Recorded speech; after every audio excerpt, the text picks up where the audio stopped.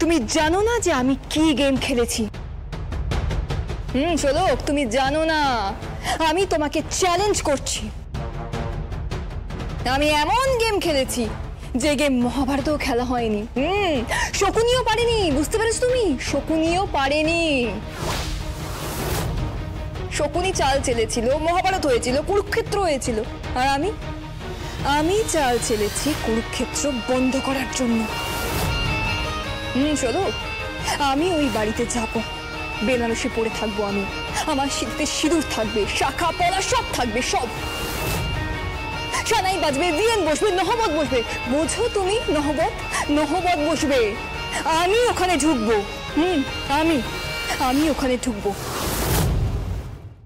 উলুধ্বনি হবে, শঙ্খধ্বনি হবে, বরণ হবে আমার।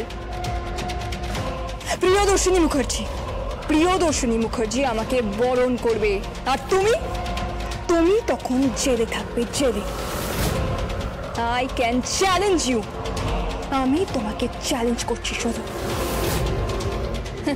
অবশ্যই তোমার আবার ইংরেজিটা আসে না, তাই না? না না, আসার দরকারও নেই, বাংলাটাই আসে। বাংলা মায়ের অ্যাংলো মেয়ে হওয়ার তো দরকার নেই, আমার বাংলাটাই আসে।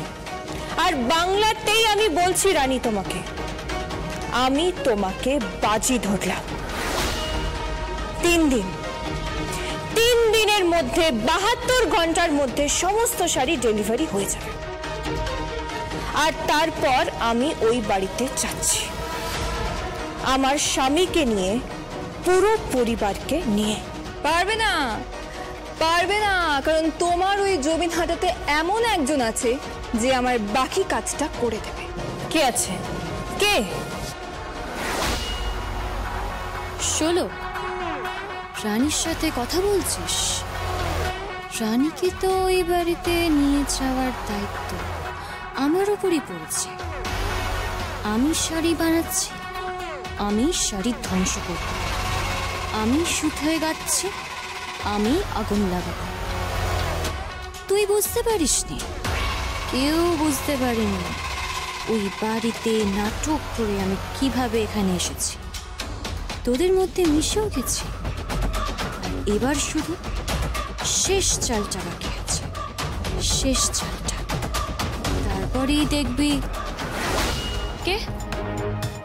মা, তুই এখানে দাঁড়িয়ে কি দেখছিস? হ্যাঁ, না কিছু না।